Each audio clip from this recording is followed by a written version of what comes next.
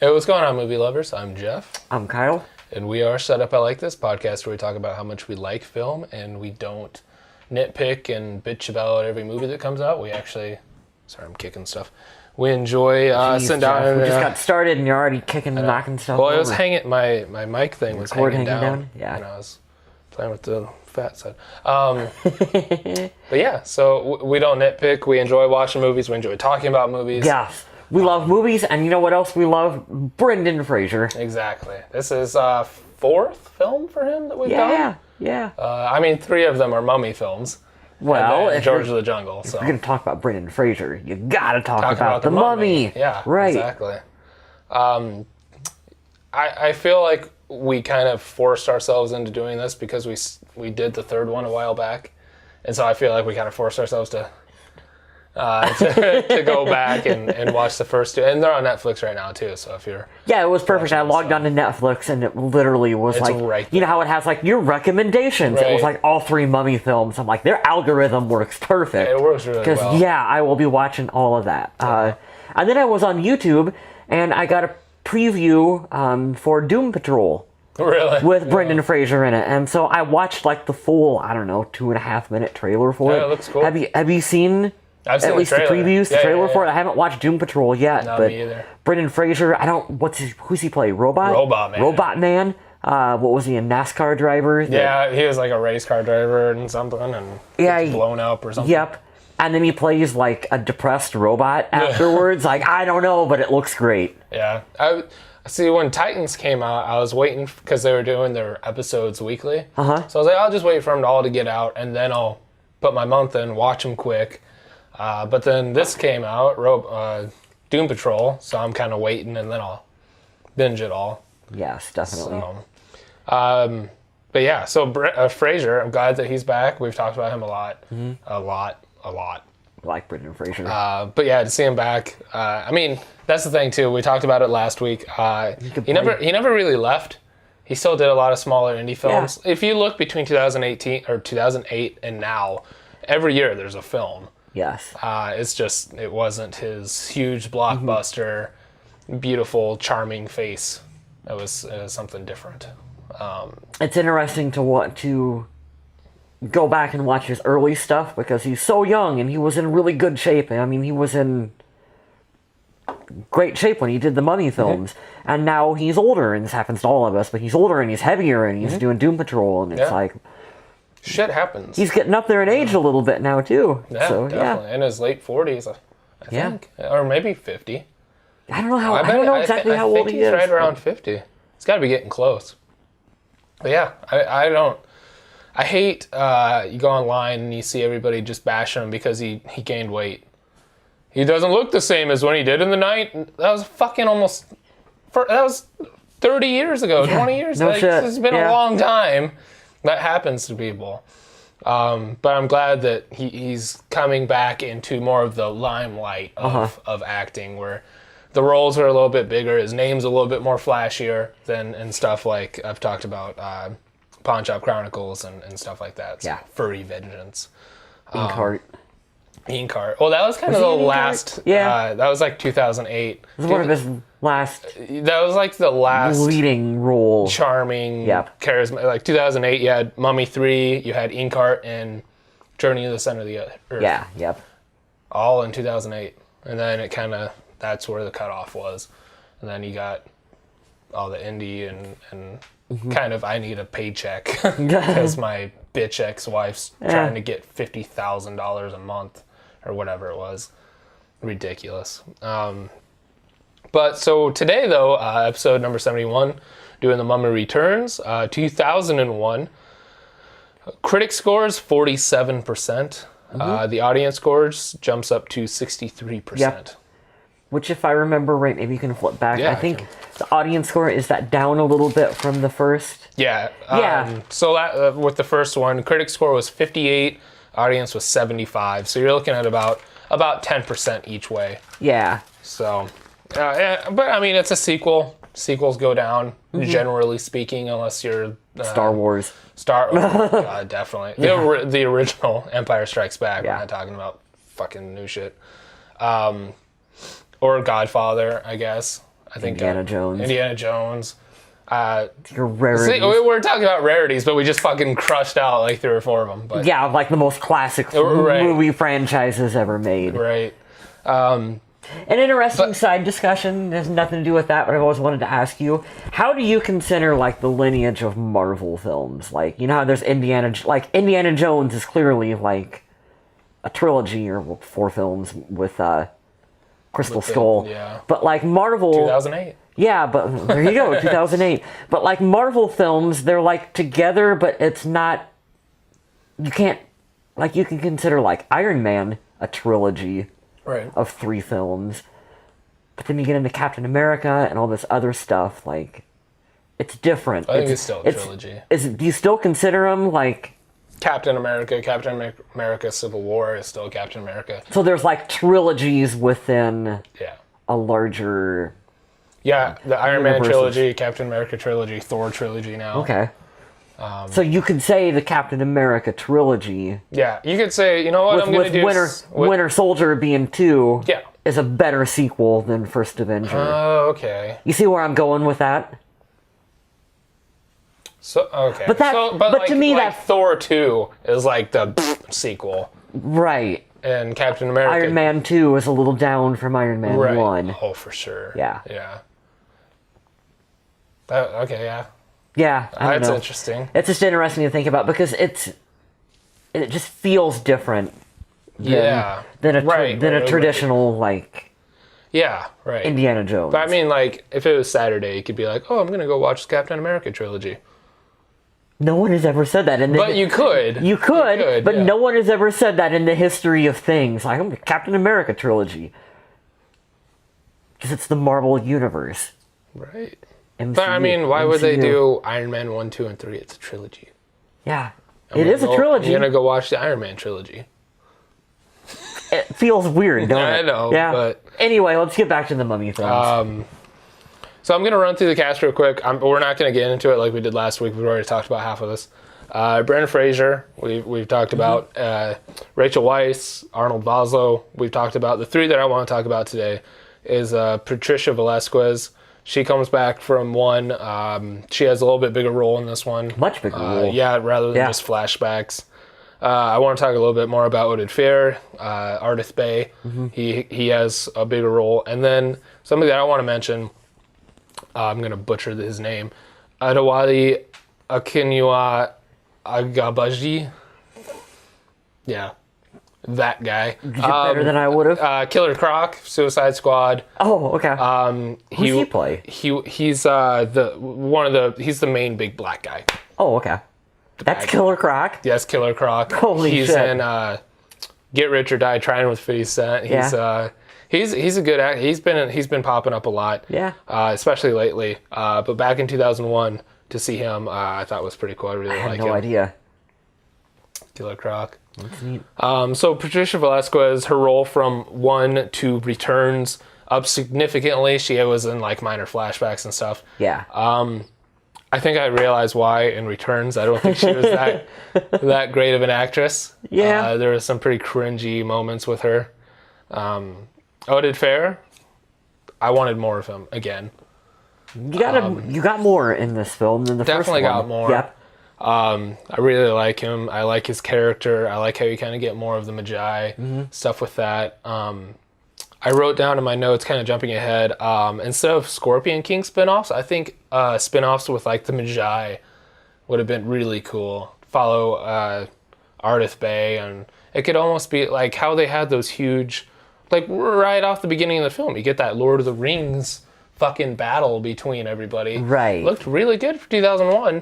I thought so too. And I think it would have been cool to like follow the Magi and show their adventures, protecting the tombs and stuff and different mummies that come up. Yeah, I think that's a cool mythology.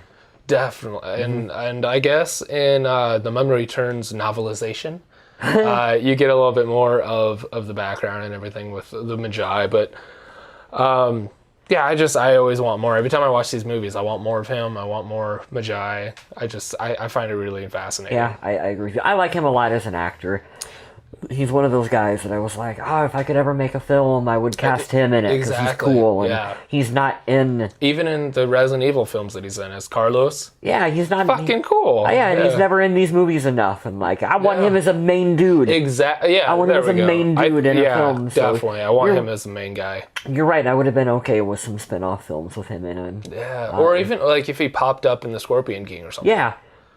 Yep. I think it would have been... I mean, it wouldn't line up chronologically speaking, but have some Majai or something in it. Sure. Could have been cool. And then also you mentioned the Scorpion King was played by The Rock. I believe this was... I didn't mention that. I believe this was The Rock's first film. First film, The Scorpion King. It's fun to go back and look at this movie and be like, man, in 2001, they had one of the biggest... An actor who would become one of the biggest draws at the box office.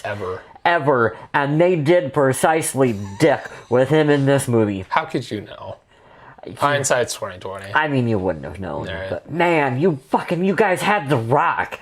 You could bring the Mummy back with The Rock. Yeah, you could, especially now. Yeah, in 2019, you just do The Rock in The Mummy. Would it be like a Mummy film? Would you do like a Mummy Scorpion King, or would you do like a reboot of the Scorpion King that he was in, that we did? I don't know. Because I think when we talked about Scorpion King, I think we talked about rebooting that with him now. With The Rock now. Or would you have it like the opening of the film, like him leading his army searching for the bracelet? See, that's what I wanted more of. More of that I thought was really pretty cool. That was kind of my complaint. I hate to start off with a complaint about the film, but I kind of thought the fact that they brought back the bad guy from the first movie. Right. And a lot of the Mummy Returns was like, hey, remember this part from the first film? He returns. We're going to do... Yeah, he returns. We're going to do it again. And it hits a lot of the same beats as the first movie. I think that's why the score is down a little bit. I think if they would have focused more on The Rock and the Scorpion King, a new big bad for Brendan Fraser... maybe the movie would have fared better. Yeah, I think that's, I mean, as much as I like this film, like, you're right, they do call back, like, remember? Yeah. There's a lot. In the first one, she knocks over all the library bookcases, and now her son's knocking over the shit, and it's the same shot, just redone with a different location, different person. There's a lot of Fraser shots, the same look, same on cue kind of thing. Which I noticed it more because I watched them really close together. Right. I think we did because we watched them a week apart. So. Right. When I was a kid, I was more oblivious to that because you don't notice that stuff when you're younger. But yeah, it stood out a little bit more as an adult. But I still really enjoyed the film. Right. It's whatever essence they caught with that first one, they brought it into the sequel a lot. Yeah. Because I think they were like, hey, we have a hold of this thing.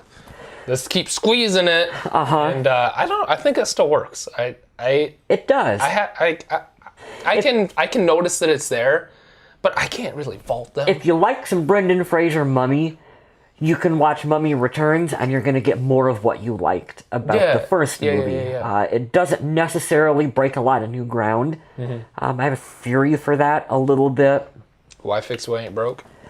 Well, I also think that the studio realized with the first movie they had a franchise on their hands. Like, we're going to franchise the shit out of this. We got Brendan Fraser, he's a leading guy. People like this. I think they did the thing that studios do sometimes where they're like, we can make a second one and just kind of like hit all those story beats that you loved about the first. You loved the first one. We're going to redo a lot of that in the second one. And I think they were planning clearly on doing a lot with the Scorpion King. Using this one as a venue to spin off into the Scorpion King franchise. Yeah. And I think they had really big sights in mind for it that didn't quite work out. And I think that they should have focused maybe more on just doing a really good sequel instead of they were instantly like, we got a fucking franchise here. Let's do all this shit with it. Yeah. I kind of think that's a little bit about what happened. Squeezing too much into it. Yeah, they went in a lot of different directions where, oh, we can do a sequel, and we'll use the sequel to spin off into the Scorpion King, and we can do comics and video games and... Well, definitely. All this... I had the Mummy Returns on PS2. Yeah. So. Yeah. But I hate to disagree because I agree with you to an extent, but I don't know if I don't know if they had their MCU planned out from the get-go. I think it was more of just like... I don't know. Maybe they were trying to plant like little seeds here and there, like if people like it. But I don't know if they had like this huge succinct idea planned out from the get-go. I don't know. That's tough. It's like, unless we can call Stephen Summers right now and ask him. We probably could. What do you think he's up to? What do you think he's doing right now? Do you think he's at home watching a copy of The Mummy on DVD? Honey, are you watching that movie again? God damn it! Shut that shit off! Don't tell me my business, devil woman. No, I think Stephen Summers was on a real good tear here between like 99 and 05. And even like G.I. Joe in like 09. It's dumb. I am with you guys, but it's still like, if G.I. Joe's on, I'll watch it. I like the first one. I still haven't seen the second one. Yeah, the second one's... Nah. Did you like the first one? Yeah. You'll like the second one. Okay, there we go. I mean, it's kind of the same thing of like The Mummy and The Mummy Returns, kind of like. Did you like the first one? Kind of rehashing it. Here you go. But doesn't that one have Rock and Bruce Willis in it? I've only seen it one time. I know Bruce Willis has a cameo because it's really funny because his name is just like Joe. He's like the original G.I. Joe. That's ridiculous. But that's the stupid shit I like. But stupid shit like that, it's like that's the best part. That's the best part of the film. Yeah, it's like I got Bruce Willis. You got Bruce Willis for a day. I got Bruce Willis for a day? Okay, hold on. I got this really good idea. Unless you're Kevin Smith, then you hate working with Bruce Willis. Right. Well, if you get him for a day, it's not so bad. Right. It's when you get him for a whole shoot. Yeah. But like The Mummy Returns, he did, and now he's still producing the Scorpion Kings. I think they're on 4 now. 4's on Netflix. He's still producing those. He still has a foot in. Van Helsing, he was kind of starting to do this whole Universal Monster thing. And then, I don't know, I think after Van Helsing, it kind of faded out. I think Van Helsing didn't do what they wanted it to do.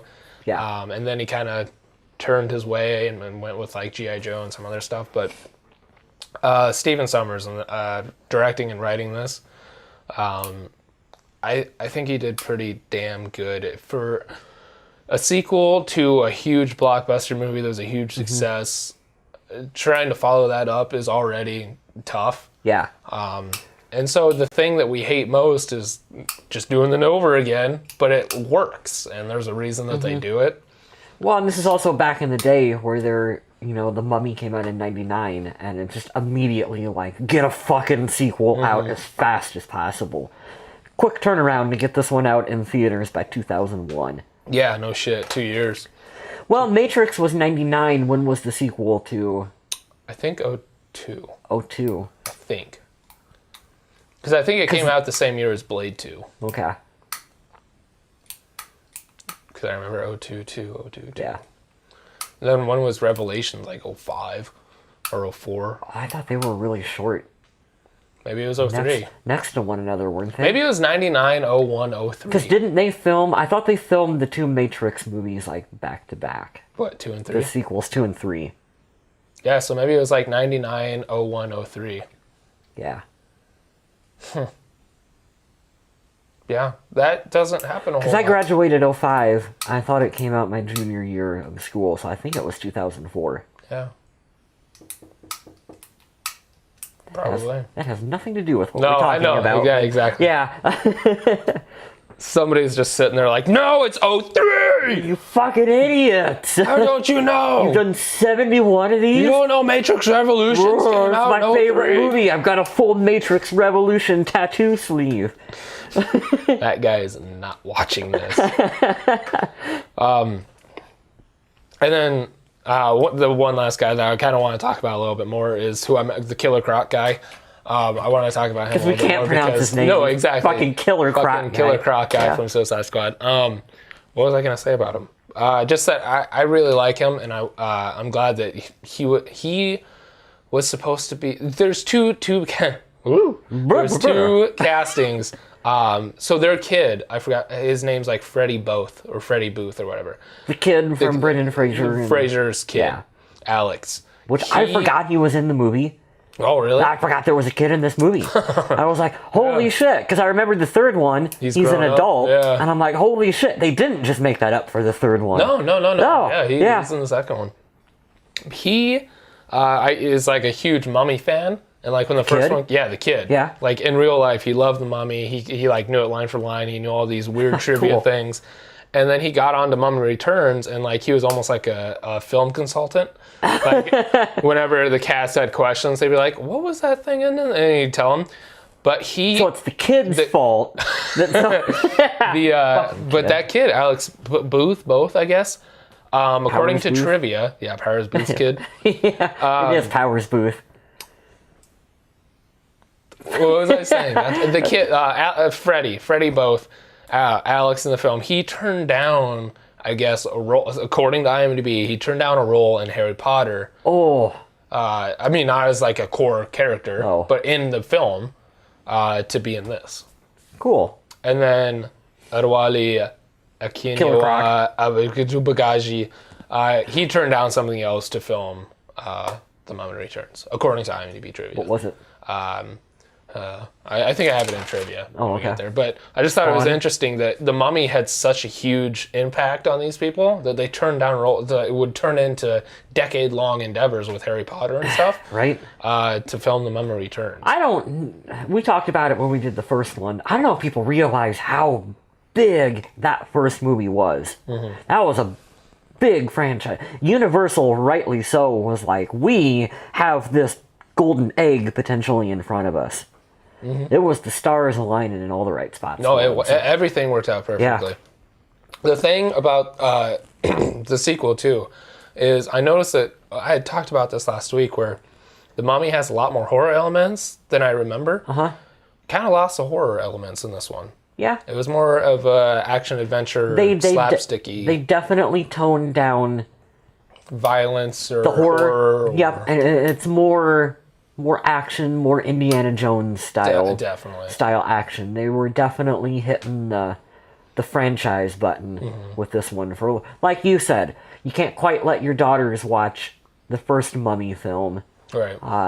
For this one, they were making it a little more for like, hey, everybody. You like it? You're an adult. You can bring your kids with it. Yeah, bring your kiddos with it. Very good point. Yeah. I think they definitely tried to tone it down a little bit for families. Because there's still, there's some parts. Hey, let's be real here. We're talking about, this isn't like Friday the 13th that got turned into an action film when you talk about a horror. We're talking about The Mummy from fucking 1935. Yeah.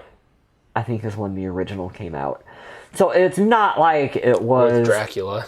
Yeah, right? Like, it's a horror franchise, but it's not Friday the 13th chopping people on a wood chipper kind of shit that they all of a sudden got rid of. My point with that is that I'm kind of okay with them toning it down a little bit. It's not like that ruins anything for me. No, it doesn't ruin anything, but it's just some of those horror elements from the beginning. Like you talked about, you see the shadow and it gets...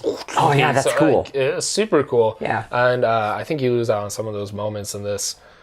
Even with, you get some scarab eating and stuff, and it's just, it wasn't as visceral, it wasn't the same. It was just kind of like at the end, Patricia Velasquez, she falls into the scarab pit, and it's more of just like a jelly. You can't even really tell that it's scarabs almost. It's just... Jesus, dog. Scared the crap out of me. Me too. Your dog's getting scarabs. I know, right? The beginning of the film, when they got the flamethrowers.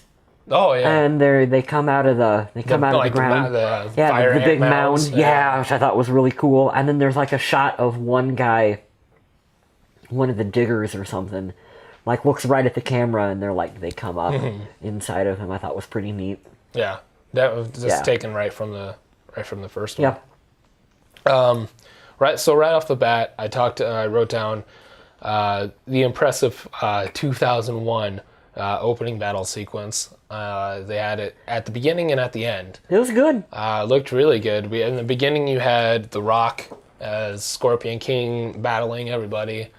And then I wanted more of that. I wanted the movie to be more of that. Yeah. I really did. Especially at the end when you see the Magi fighting against Anubis's army. Like, that was awesome. It looked really good. Yeah. It didn't take me out of it, even from being 2001. Mm-hmm. Really liked it. And I dug, what was it, like the Rock's army, the guys with the... Anubis. Yes, they were really cool. They were convincing. But yeah, they looked really good. And I liked when you cut their head off, they turned to dust. Mm-hmm. And then, like the ending... The part where they're running towards them, and at the last minute, they like whoosh into a big cloud of dust. Looks really fucking Thanos cool. did the snap, right? and they just boom, like right out of it. The Anubis army was part of the snap. Yeah, this connected universe, that's how it lines up. Right. Yeah, I just... To start off something like that, it's like when you think of big battles like that, you think of Lord of the Rings, you think of Alexander and stuff like that. Mm-hmm. No, there's a battle like that in the beginning of The Mummy Returns that you forget about. I completely forgot it was there. I forgot about so much of this film. That's my overall thing here about rewatching it. It's like, I don't remember. I remember Alex knocking over the pillars. I remember the bracelet. Showing him leaving breadcrumbs, and then the pyramid at the end. There was a lot that there was a great fight in the in the mansion at the beginning. You kind of follow. You see like Rick and Jonathan in the bathtub. Oh, that was good. And then Rachel Weisz is downstairs fighting. Oded Fair's fighting. That's another thing I wrote down too quick. But we're coming up on half an hour. We're gonna pause, take a break, and then we'll come right back. So something I was talking about the mansion fight scene, how they kind of follow three different stories, pretty much. But something that The Mummy Returns did really well is I think they followed their branches really well. You don't spend too much time with this, too much time with that. Yeah. Throughout the whole film, and especially towards the end. At the end, they're juggling the fight between Rachel Weisz and Patricia Velasquez, Anubis's war with the Magi. And then at the same time, you're getting the Scorpion King fight with Laszlo and Fraser. So, but I mean, that's kind of the story throughout the whole film. Is like they're constantly juggling these three different points. Yeah. And I think it does it. I think Stephen Sommers would be a good pick for a superhero film now.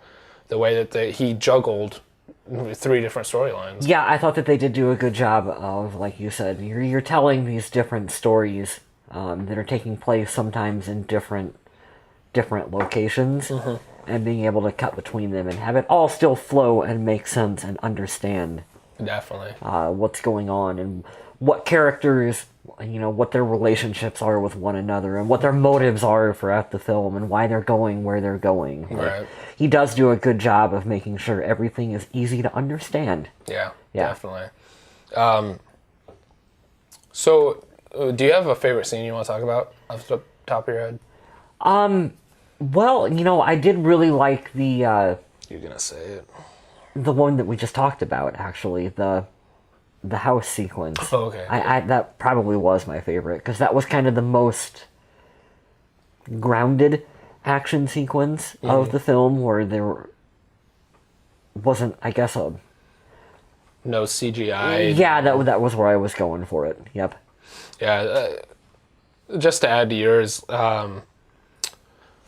when Rachel Weisz is fighting Killer Croc, and you got Ardith Bay comes in and kind of saves the day and stuff.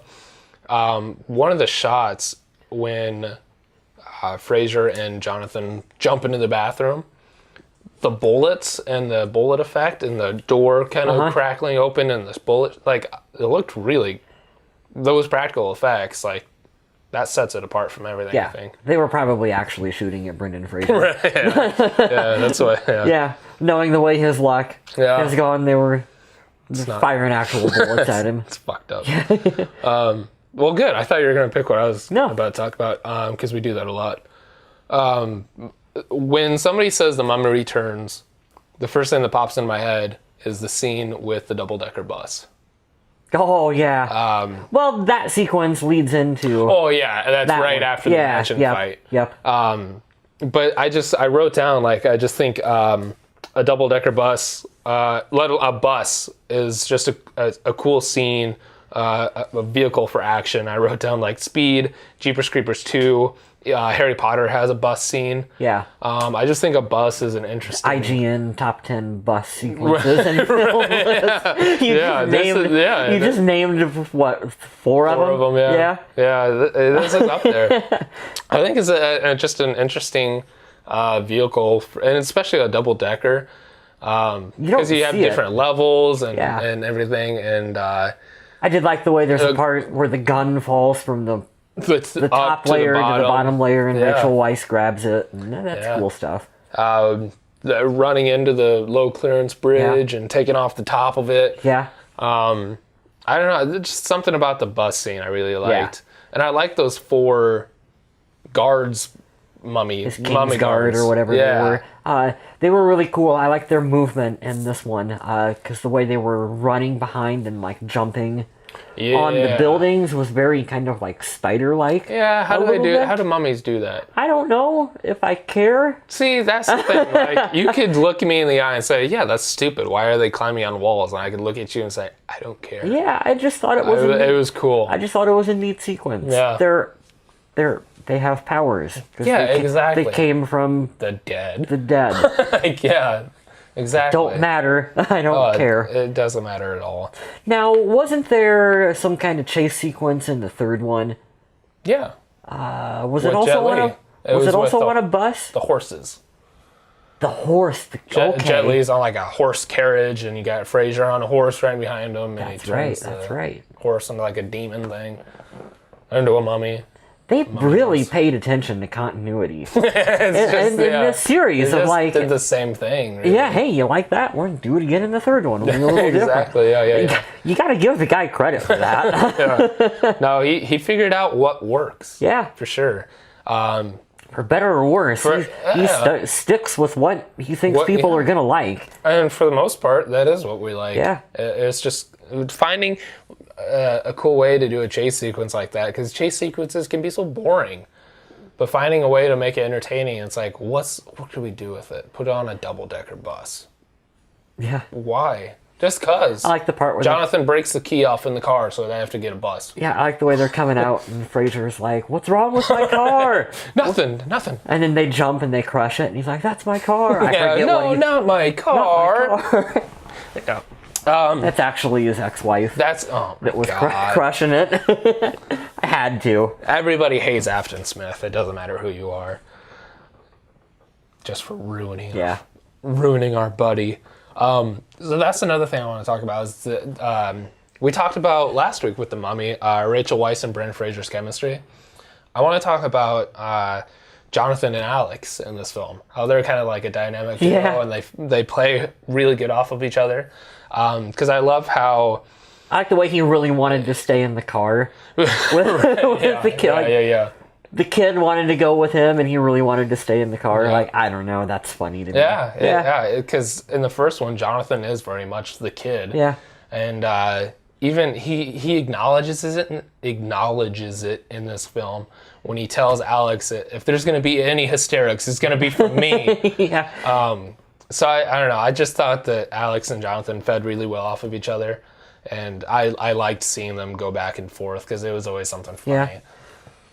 I liked. I thought it was a funny relationship between the kid and his like captive, the one guy that was Killer Croc. Yeah, when they were on the train, and he was just. All the interactions between those two characters was good. The kid is like, I don't even listen to my parents. Why would I listen to you? Right. And then she bends down and she's like, because I'll put snakes in your bed. Snakes in your bed. Yeah, there you go. And I don't know. I just liked all that. Yeah. I just liked all that dynamic. He threatens to like chop his arm off at one point. Yeah. I like. My dad's gonna kick your ass. yeah, I thought that was pretty good. And I don't know, it's been a while since I have to go to the bathroom. I can't do it with you watching. You just really liked Alex, huh? It worked. Mm-hmm. It worked. Oh, it did work. Although I wasn't, I'll be honest, I wasn't a big fan of The Thing. I kind of get what they were going for, but the fact that The Thing, he had to, like, hold it forward and it showed, like, a hologram. I don't know, I thought that was kind of dumb.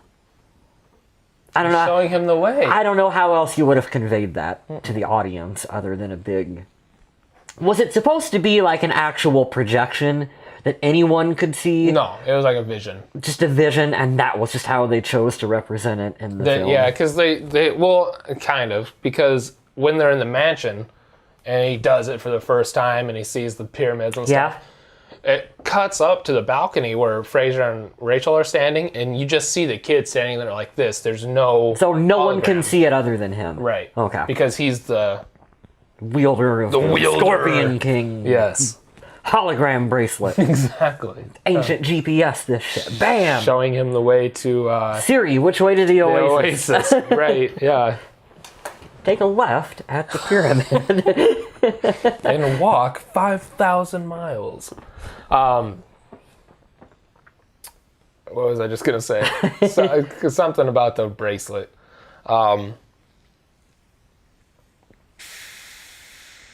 Favorite scenes. Do you remember the first time you saw this? I'll come back when I remember. Oh, I don't remember the first time I seen this. Probably on DVD. No. Yeah. Yeah, I don't remember. I assume... I think it was on. this in I think it theaters, was I'm on. sure. I think it was on DVD because I bought that cool box set that was like part 1 and 2 together on DVD. It's a really cool case. You should get the trilogy now. Yeah, We've talked about trilogies. like the 8-disc Mummy Scorpion King trilogy box set that doesn't exist. That'd be, well, I don't know. That'd be cool as hell. I'd buy that. Actually, I would too. Yeah, Scorpion 1 through 5. Scorpion King 5 with Chuck Liddell. It's not far. I really think Chuck Liddell is in one of them. Yeah, I think so. it might be the third. I think so Yeah. too. There's everybody from Ron Perlman to Oh, that's right. Ron Perlman is in one. Randy Couture. Isn't Batista? I'm sure. Like that sounds Maybe. right. Yeah. Yeah. There's gotta be. I keep saying it. I want to watch that whole series just because it has to be dumb and it has to be entertaining at the same Definitely. time. Definitely. Yeah. And I said it 4 times, but Steven Summer's still producing it, so Yeah. Get that sweet, it's got to have that little sweet charm. in it. paycheck. Oh, Scorpion yeah. King paycheck every month. Right. I don't know. I think I would still have fun with them for sure. As much as I love the first one, and like just the all the actors and the cheese. Did we do a and everything. podcast about the first one? the first one? Yeah. Yeah, I thought so. Yeah. Yeah. You guys should listen to it. We should do 1 through 5 now. We probably won't, or whatever but it we is. could. Yeah, so I think I either probably saw this in theaters with my dad or something, or we just saw it when it came out. Yeah. Blockbuster. Rented it at Blockbuster or something. Or Hollywood Video. Movie gallery. Something like that. Talked about the battle sequences. How about the train What sequence? Okay. Did you like that part? Because I really enjoyed the train sequence. With the other 3. Yeah, I like thieves. those. I like those beginning 3 thieves. I thought that they were pretty entertaining. Cursed. What's with you with curses? Everything's That's cursed and this is cursed. Yeah, I like those guys. Those guys were Yeah. memorable. That was Yeah. good stuff. Yeah. And then he eats them or whatever. Yeah. But you don't get to see it like you do in the first one. Well, you know. Tone that dial down so you can bring your kids to Right. it, Jeff. Yeah. But- No, it was a good take on the original 3 Americans and Yeah, stuff. yep. They even mention them too about how they just kind of disappeared and died and stuff like that. They all died once they opened it. I thought that was a nice callback. Yeah, definitely. And I guess that He gets off the train. I like when the kid gets off the train and they're shooting at him, and when he realizes that, he's going to get away, he, like, magnetos the 2 guys up in the air and, like, throws them. well, he does that because he doesn't want him to kill him. Yeah. Yeah, they need him to show the magnetos. How else would you explain it? He magnetos that shit. Whoomp, poof. Levitation. There you go. The Rock. I want to talk a little bit about The Rock. It's funny to say that The Rock is tiny in this film. Compared to whatever he's on now. Right. He's got a Ambiguous. small physique. I wrote down small rock physique. And he was still chiseled. Yeah. It was just weird seeing him relatively normal. I mean, that was the size, well, because he was still wrestling at the time. That was the size that he wrestled at. He's gigantic now. The Rock is. He's got the new Fighting with My Family movie coming out. Yeah. I kind of want to see it. Yeah, I've heard it's better than. It looks like a good callback to like 90s wrestling and Right, stuff, early 2000s, right. which is what I remember WWF and Stone Cold and all those guys. Kind of want to see it. But like you talked about, sorry. No, go for it. Like you talked about at the beginning with Rock becoming this huge super mega star and they didn't do anything with him. There's a reason. It's because he was not that good. You don't think so? I thought he was fine. I think up after Doom, I mean, compared to where he is now. Yeah, but even up in, like we talked about Doom, and it's fine. That's what he does. But it's like it wasn't. He still was practicing and learning. Yeah. This was, and he doesn't even have a word of English in this film either, which just kind of made it worse. Yeah. You could tell that he was like really over enunciating the ancient whatever. Their made up film language. Yeah. It was just, especially in that beginning, it was like, what is this? But it's early Rock. Yeah.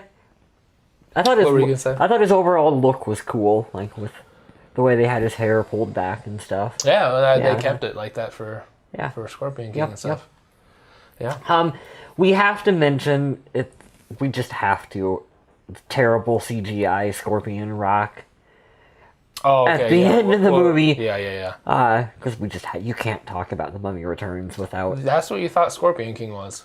Yeah, I didn't remember. I'm like, oh, that's right. That's actually in The Mummy Returns that there's that terrible CGI where there's something wrong with his face. And looks like a PlayStation 2 game. That's a disservice to the PlayStation 2, Jeff. I don't know what's wrong with his eyes in that sequence, but they are not good, and that is not a choice that they should have made to turn him into an actual scorpion. Thing, yeah. That's a good thing they reversed it for the film. Yeah, they backtracked off that. Yeah. I would have liked to have seen The Rock. Yeah, The Rock? Just be a monster against them. No, just come out as The Rock and. But like a monster of a man compared to them. Yes, give him some kind of like maybe mummy powers. I don't know what, but just have him come out and fight with. Shoot venom. I wanted to see The Rock and Brendan Fraser throwing fisticuffs at one another at the end of the film, because that would have been cool. Fraser would have gotten even more injuries. Rock's a professional fighter. Yeah, would have been fine. But wouldn't that have been better than the? No, yeah, I definitely agree. But the thing is, when you mention The Mummy Returns to somebody, they immediately think of that one scene at the end that lasts for 5 or 10 minutes. Because it's on every YouTube top 10 worst special effects in big budget movies, and that's always going to be on that list. Yeah. From now until the end of time, that clip is forever going to be played. Which sucks that that's the thing that people remember the most. Exactly. About the film. Yeah. Because the film, you take away that bad bit of CGI, and the rest of the movie, I think, looks really good. Mm-hmm. Like we talked about. I've got some trivia about it, too, about maybe why it looks so bad when we get there. But yeah, like you're saying, when you mention The Mummy Returns, that's immediately you don't take into account like the mummy pygmies with the little. Those guys look good. Looked great. You don't take into account the whole thing swirls and implodes. That looks good. Yeah, we talked about the guys turn into ash. Mm-hmm. That looked good. Yeah. The chase sequence with them running along the buildings. Yeah. Like, all that looks good and convincing. Mm-hmm. Yeah, it's frustrating that when you mention The Mummy Returns, that's the first thing people immediately go for. I had read an interview with someone who does special effects works on movies, and they're like, the reason why bad CGI ends up in movies is not because we're not aware that this looks bad, is because we are on a deadline that says this has to be done by this amount of time to get the movie done for release date.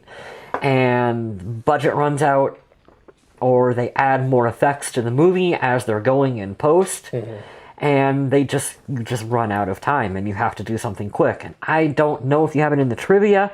I'm going to imagine something like that happened at the end of this movie. Either they added more to it earlier on, or they ran out of budget, they ran out of time, maybe a combination of all three, but that's why you end up with a shot like that. Like, it's not like they didn't know that it looks bad, just no time to fix it. Right. Yeah.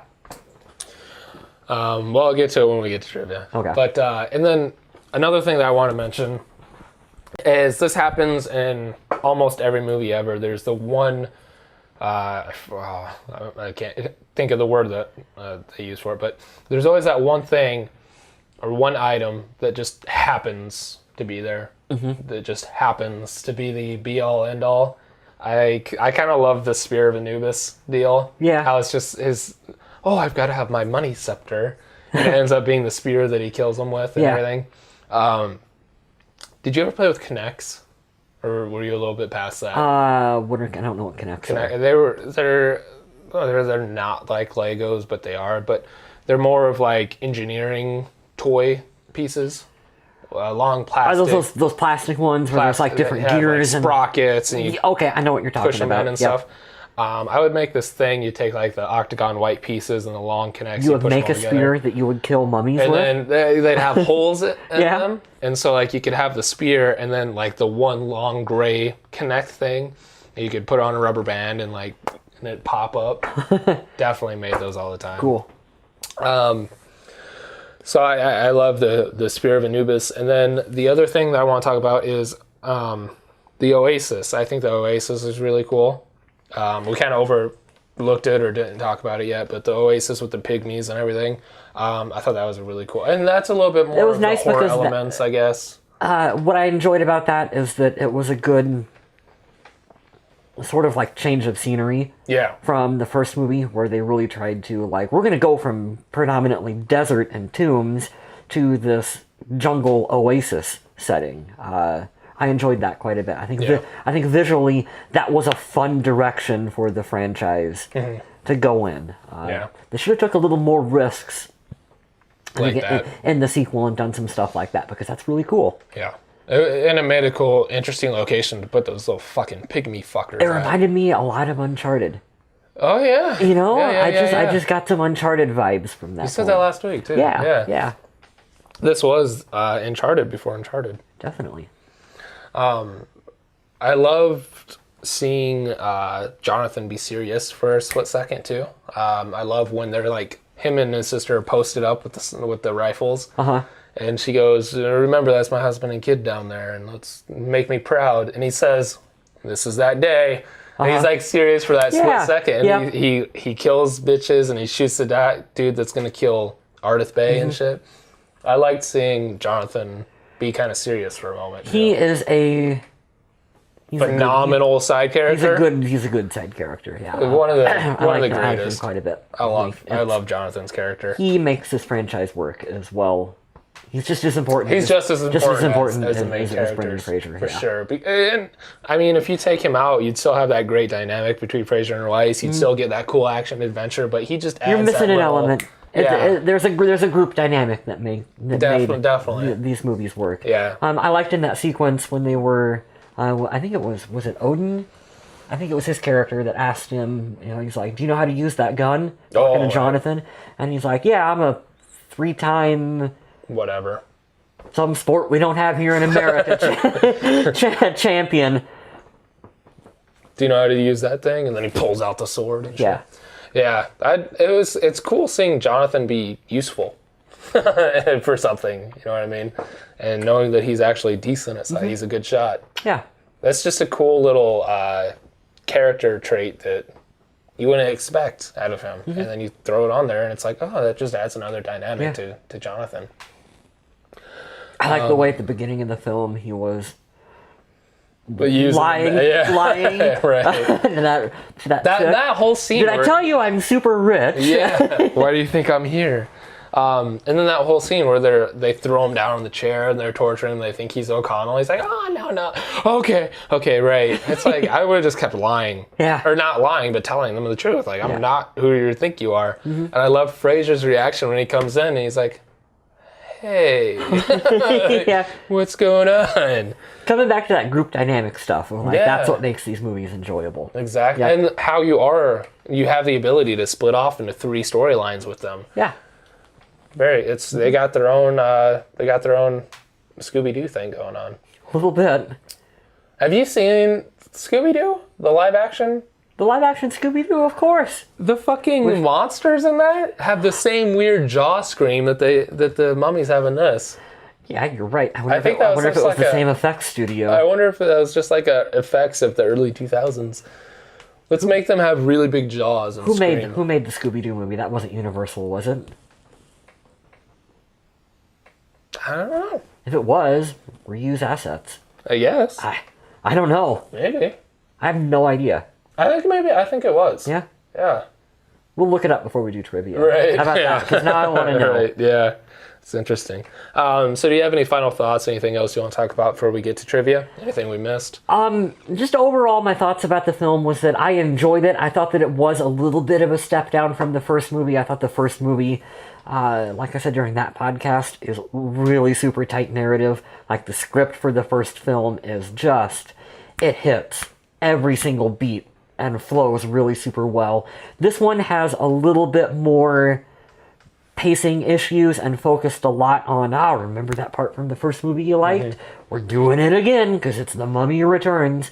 I wanted to see more of the Scorpion King and less of just the mummy from the first film. I think I would have enjoyed that a little bit more.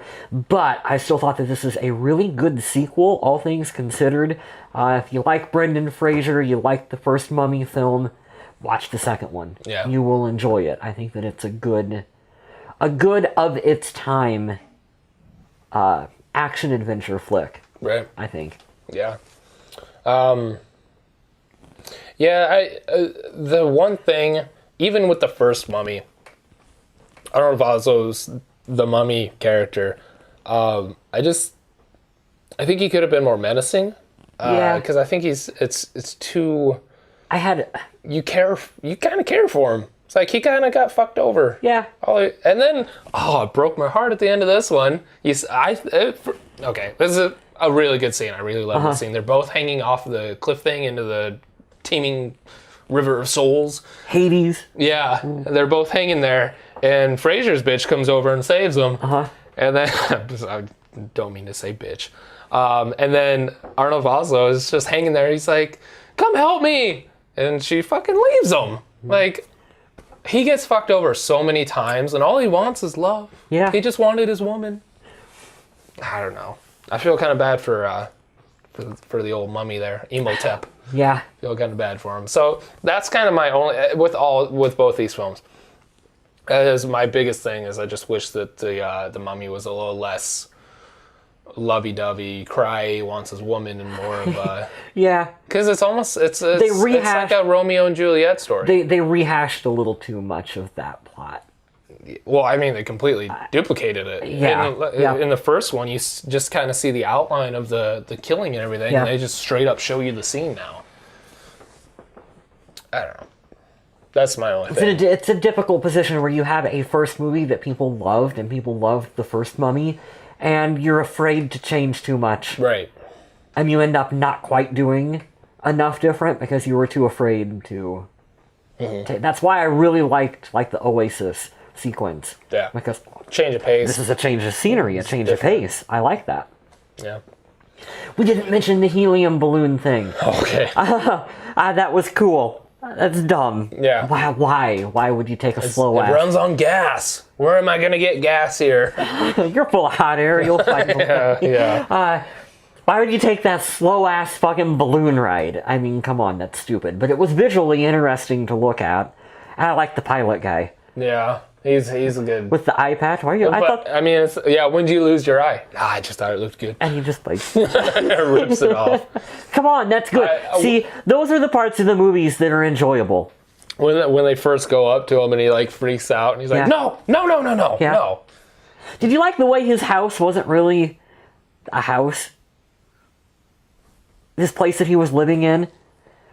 Like when Brendan, you didn't realize that, did you? I think it's just an airstrip. Yeah, but like, I don't think he lived there. and then he totally lived there, because when they go inside of it, you can see like his stuff like spread out all over on the inside of it, and they're like, there's no, I know it's the desert, but there's no roof, and you can just like walk around your wall and get into the backside. I thought that was funny. I don't know if he lives there though. I think that's just like the workplace. But still, there's like, you can just, even if it's his workshop, Yeah. you just walk around it. I thought that was funny. I don't know. Like, yeah. this is a very bad place to be doing anything. And how many times has he gotten shot that he has to worry about getting shot again? Right? Like, how many times has that happened? Yeah. More than twice, I guess? I don't know. He was a good character, though. But, I mean, even down to the pilot. Like, they just copy and pasted. Yep. Except now he's... A little more fleshed out of a character, but... Yes, yeah. Yeah. Yeah. The same thing, though. Just a little bit different than Winston. And instead of a plane, it's a balloon. Blimp. Yeah. I forget what they call it, though. They call it something different. Because Yeah. it's the 30s. But they had blimps. Zeppelin? No, it wasn't even that. It was just something completely made up, I think. I don't know. All right, well, let's cut real quick. We're coming up in an hour, and then we'll come back to trivia. So you looked up something about the Yeah, we wondered thing. who made Scooby Doo. So I looked it up here really quick, and it was distributed by Warner Brothers, in case anyone cares. And it was also, I did not know this until right now, screenplay by James Gunn. The Guardians of the Galaxy, James Gunn, getting early on in his career doing some Scooby Doo. I thought that was pretty cool. Yeah. And then, this is interesting to me. It had a budget of $84 million, and it made $275.7 million. Holy shit, that made some dough. I was part of at that. the box office. I went to Scooby Doo in theaters. Yeah. Yep. Awesome. That's a good... Been watching it a lot lately. It's a good Halloween movie. The first, I don't know if it's still on Netflix, but the first and the second one were on Netflix, and the girl's been watching the shit out of it. Yeah. So I've been watching it a lot lately. Getting some trivia for Mummy Returns, and then we'll close it up. Rachel Weisz and Patricia Velasquez trained for 5 months and did their fight scene without any stunt women. Nice. Themselves. Nice. Although Rick and Evelyn are obviously shown to be more mature than their last outing, Stephen Sommers wanted it to be clear that Jonathan had learned absolutely nothing. I like that. And he's still the same, and he's still the same like that in the third one. We still find him. He has like a casino now and shit, and he's still just a degenerate. Yep. Ruffian. Fraser, talk about Fraser's injuries, how he's put together with duct tape now. Poor guy. According to... He's a literal robot. He's It's not CGI in Doom Patrol. That's Brendan Fraser. During The Mummy Returns, he tore a spinal disc, Oh, God. cracked a rib, injured his knees, and other bumps and bruises during production. That's like football player injuries of like a season. Yeah, What you go through on that. Dwayne Johnson's first big screen appearance. Yep. I'll save that one for last. The pygmy mummies, explained in the novelization, were said to be brought back to Thebes by the pharaohs as ill-tempered jesters. Nice. So there's a little background for the pygmies that you find in the Oasis. They were cool characters. They had the blow darts, right? Yeah. Poof. Little fuckers. Cool. Yeah. This is set 10 years after the original Okay. and released 2 years after. And then I think, isn't the third Mummy set in like the 40s? So 40s, it's like another yep. 10 years? Yep. It's crazy. If they do another one, it'll be in the 50s. Right. For the battles, huge battle sequences, especially towards the end, they took the 200 horsemen that they actually had, and through digital enhancement and stuff, they were able to make it 10,000. Wow. So they took 200 actual horsemen and turned it into 10,000. 200 is It's still a lot. no joke Yeah. of an amount of Production. actors on horseback to Yeah, be no shit. doing. That's a That's a ton of people. That's a big sequence. That's Lord of the Rings shit right there. Yeah. And then, so I was saving this for last. The much criticized special effects of the Scorpion King were rushed. And according to this, they were only completed 8 days before the film's release. Yeah. So, spend a lot of your time throughout the whole film making everything else look good. By the time you get to the end, you're like out of money and resources. Yeah. Got to put it all together. Yep. I would back a Kickstarter To redo it. that would George Lucas that shit and go back in and just fix it, just touch it up a little bit. I wonder why they haven't done something like that. I hate to say it, but other than you and me, no one cares. Like, Nobody wanted the Star Wars ones to happen, but they did that. well, yeah, but it's Star Wars, but It's horse shit. it is. That scene where they block R2-D2 in the cave for no reason with the Stupid as fuck. Yeah, they put the rock They put the over rock in front of the... Why? Why did you fuck you, George Lucas? Don't get me started. You know, I wouldn't care as much. Now you've got me started. I wouldn't care as much if they would just put the original unedited versions of the films out on Blu-ray.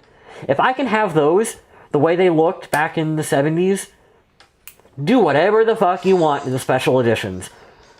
I don't care. But the fact that they haven't put the originals out, of like, this is how they originally looked, only we just touched it up a little bit and it's in HD now. Yeah. Just do that.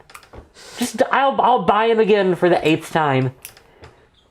Yeah. Yeah, that's all I want. In life, ever. Yes. Die happy. So, we've done the Mummy Returns. We talked about we're kind of at a crossroads. Are we going to do Van Helsing next, or are we going to do Chappie? I've already watched Chappie, so we can do that one whenever. We should do... I want to do Van Helsing next, because I think that ties in well with our Mummy stuff. And then we can loop back around and do... That sounds good to me. Chappie. And you can still catch Van Helsing while it's on Netflix before it drops. Because nobody's watching that. They're going to drop it soon. Yeah. You and me. Yeah. Be the only two. We had 2 views on Van Helsing. They both came from Iowa. I don't know what's up with that. Right. All right, yeah. So, you know how Netflix will, like, check up on you if you, like, leave it on and watch a bunch of shit? Are you still watching? Like, are you okay? Yeah. We'll be getting one of those emails from them. I think Van Helsing came out the same year as Scorpion King. Did it? I think they were both 04. Okay. Sounds about right. So we'll do a little... Hugh Jackman is in. Hugh Jackman will be on our next 2 episodes. Back to back. Back to back with the Jack. Man. There's the door. Well, it's time to go, Jeff. All right. So next week, episode 72, Van Helsing. We'll see you guys then. I've fucking been popular today. My phone keeps going off. Yeah. So any final things you need to talk about? Anything we forgot? I'm excited to do Van Helsing. I haven't seen it. Yeah, it's been a while. Yeah, it's been a long time since I've seen it.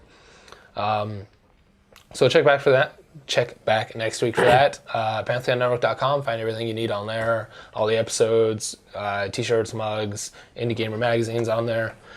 Print and digital subscriptions, or just buy individually. I've seen your layouts for this month's magazine, or this coming month's magazine, and it's really good. I think that one's out already. Is it out already? Yeah. Came out the first. You're doing some good work with that one. So I think that's it. From Pantheon Network Studios, this has been Shut Up, I Like This, and we'll see you next week for Van Helsing.